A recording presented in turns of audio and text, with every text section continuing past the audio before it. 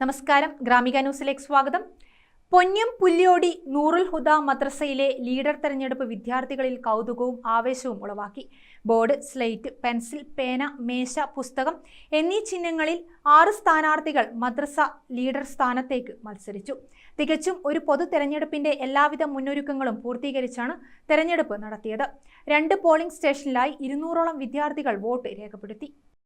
പൊതു തെരഞ്ഞെടുപ്പിന്റെ പ്രാധാന്യത്തെക്കുറിച്ച് വിദ്യാർത്ഥികളെ ബോധവാന്മാരാക്കുക, ഇന്ത്യൻ ഭരണഘടന അനുസരിച്ച് സാമൂഹികമായും സാംസ്കാരികമായും ധാർമ്മിക മൂല്യങ്ങൾ ഉയർത്തിപ്പിടിച്ച പ്രവർത്തിക്കുന്ന വിദ്യാർത്ഥി സമൂഹത്തെ വാർത്തെടുക്കുക, തിരഞ്ഞെടുക്കുന്ന ലീഡർമാരുടെ നേതൃത്വത്തിൽ നാട്ടിലെ വിദ്യാർത്ഥികളിൽ സാമ്പത്തികമായോ മറ്റോ പഠനത്തിന് പ്രയാസം അനുഭവിക്കുന്നവരെ കണ്ടെത്തി നൂറുൽ ഹുദ മഹല്ല് ജമാഅത്തിന് വിവരം നൽകി വേണ്ട പരിഹാരം കാണുക, വർദ്ധിച്ചുവരുന്ന ലഹരി ഉപയോഗത്തിൽ നിന്ന് വിദ്യാർത്ഥികളെ അകറ്റി നിർത്തുന്നതിനാവശ്യമായ കാര്യങ്ങൾ ചെയ്യുക, രോഗീ പരിചരണം, സംരക്ഷണം തുടങ്ങിയ കാര്യങ്ങളിൽ വിദ്യാർത്ഥികളെ പ്രാപ്തരാക്കുക തുടങ്ങിയ കാര്യങ്ങൾ നിർവഹിക്കാൻ കൂടിയാണ് ഈ രീതിയിൽ തെരഞ്ഞെടുപ്പ് നടത്തിയതെന്ന് നൂറുൽ ഹുദ മദ്രസ സത് മുഅല്ലിമും മസ്ജിദ് ഇമാമുമായ മുഹമ്മദ് ഷിഹാബുദ്ദീൻ അഷ്റഫ് അലി വണ്ടൂർ പറഞ്ഞു.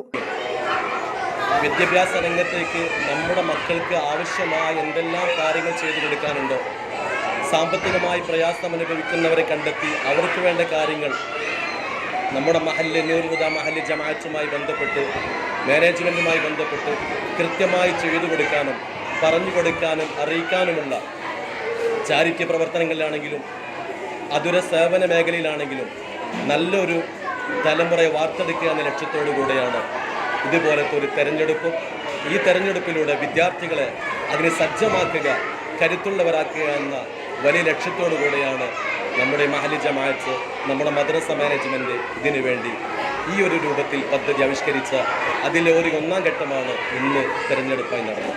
മഹല്ല് president Mustafa Shain, vice president Sulaiman Baithu Rahma, working secretary Ibrahim Al Zahra, treasurer Ashraf ഹാജിം ഉസ്താദ് എന്നിവരും മാർഗനിർദ്ദേശങ്ങളുമായി സജീവമായി രംഗത്തുണ്ടായിരുന്നു. ഗ്രാമിക ന്യൂസ്, തലശ്ശേരി.